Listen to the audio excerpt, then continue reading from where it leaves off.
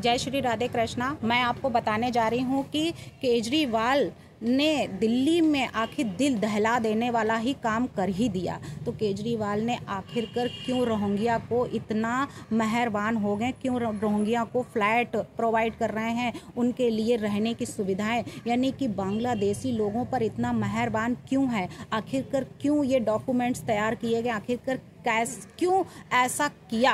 तो बीजेपी ने पूरा साधा निशाना कि केजरीवाल घुसपैठियों का साथ क्यों दे रहे हैं। तो विधानसभा चुनाव से पहले केजरीवाल क्या खेल खेलना चाहते थे, क्या वाकई में दिल्ली में जो वोट बैंक की राजनीति खेलते चले आए हैं, तो क्या इस बार रोहिंग्या और बांग्लादेशियों के दम पर क्या जीतेंगे केजरीवाल अपना चुनाव। क्या आम आदमी पार्टी इस बार रोहिंग्या बनवाएगी, क्या रोहिंग्या को इतना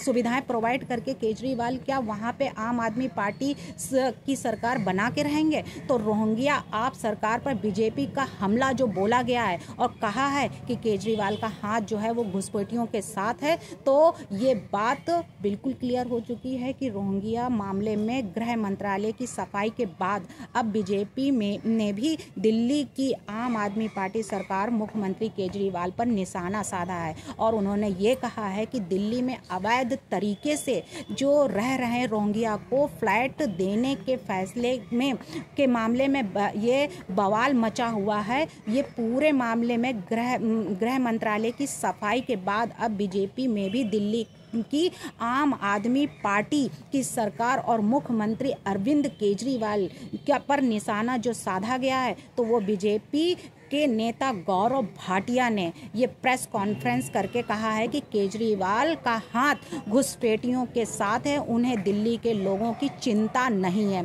अगर उनकी चिंता होती तो वो उनके हर मुसीबत में उनका साथ देते, लेकिन केजरीवाल का साथ तो बाहर के लोगों को है, विदेशों में उनका हाथ तो उन्होंने अपना जोड़ के रखा है, विदेशों के साथ उनका है, घुसपैठियों के साथ है, रोहिंग्या के साथ है। रोहिंग्या मुसलमानों को वो आखिरकार क्यों फ्लैट दिलाना चाहते हैं। बीजेपी के नेता गौरव भाटिया ने जो वेडनेसडे को कहा है कि दिल्ली के मुख्यमंत्री अरविंद केजरीवाल को रोहिंग्या की चिंता आखिरकार क्यों है, उन्हें दिल्ली के लोगों की चिंता क्यों नहीं है, और उन्होंने फ्लैट के संबंध में गृह मंत्रालय से ऐसी कोई भी निर्देश नहीं दिया था। देश में आए घुसपैठियों के मामले में पिछली सरकार ने सुप्रीम कोर्ट को फटकार लगाता था कि उन्हें आप वापस क्यों नहीं भेज रहे हैं, जिसमें पिछली सरकार को उन्होंने यह लगता था कि वह भविष्य में हमें मजबूत करेंगे, लेकिन बीजेपी की सरकार ने स्पष्ट नज़रिया अपनाया और केजरीवाल की जो नीयत है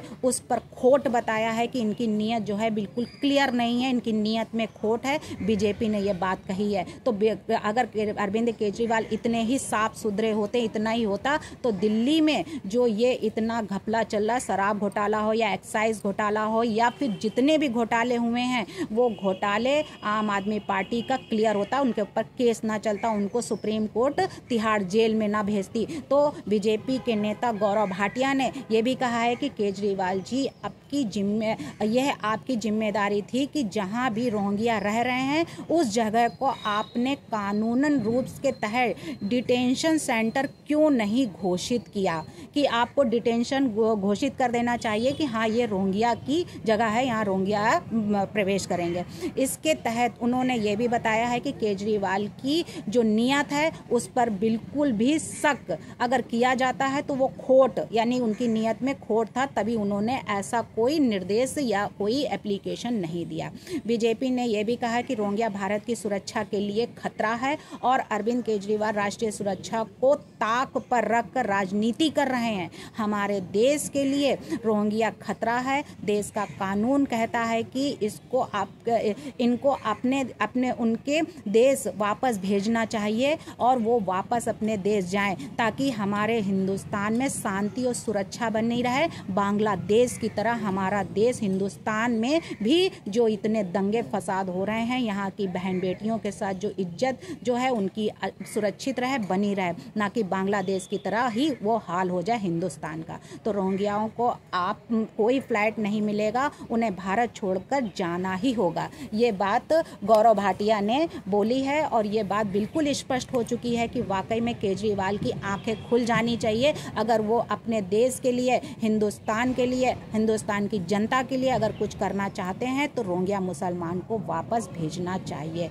उनको इतनी सुविधाएं नहीं कि उनको दिल्ली में रोहिंग्या मुसलमानों को फ्लैट देने की बात कही जाए, उनको फ्लैट प्रोवाइड किया जाए। उनकी दिल्ली सरकार की चिट्ठी जो सामने आई है उससे बिल्कुल खुलासा हो चुका है कि वाकई में अब केजरीवाल ने मुसलमान जो रोहिंग्या हैं उनको फ्लैट जो देने जा रहे हैं तो वाकई में बिल्कुल सही है। यानी वो अपने वोट बैंक के लिए अब हिंदुस्तान के से खिलवाड़ करना चाहते हैं। चिट्ठी और दस्तावेज में फ्लैट देने की जो बात कही गई है उससे बिल्कुल स्पष्ट हो गया है कि वाकई केजरीवाल जो है उनके मन में, उनके नियत में वाकई में 100% खोट है। तो बीजेपी ने जो रोहिंग्या को लेकर ये जो बताया है कि रोहिंग्या पर कौन मेहरबान इतना हो रहा है, फ्लैट का गिफ्ट आखिरकार कौन दे रहा है, कौन इतना मेहरबान हो गया कि वाकई में अब केजरीवाल की अब रोहिंग्या को गिफ्ट देंगे। तो क्या केजरीवाल जी ने अभी तक ये नहीं देखा कि कितना मुसीबत, कितनी समस्या बांग्लादेश में आई,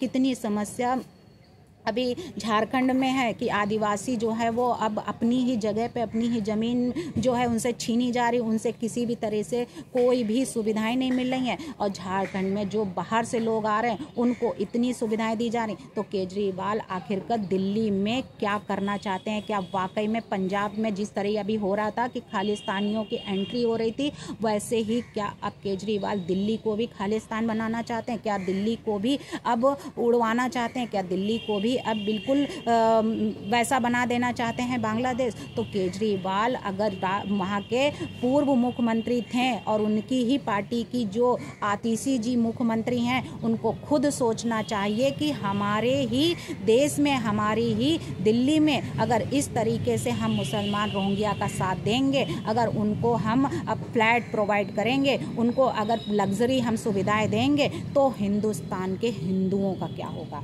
तब तो 100% जो हिंदुस्तान का हिंदू है वो वाकई में एक वो सेफ ही नहीं रहेगा, क्योंकि अगर एक भी रह गया तो उसको इस तरीके से एक एक करके ख़त्म कर दिया जाएगा अगर हमारे यहाँ के नेता और हमारे यहाँ के राज्य की सरकार ही अगर उनका अपने हिंदुस्तान के हिंदुओं का साथ नहीं देगी। तो सोचिए, देश आबाद होगा या फिर बर्बाद होगा। धन्यवाद।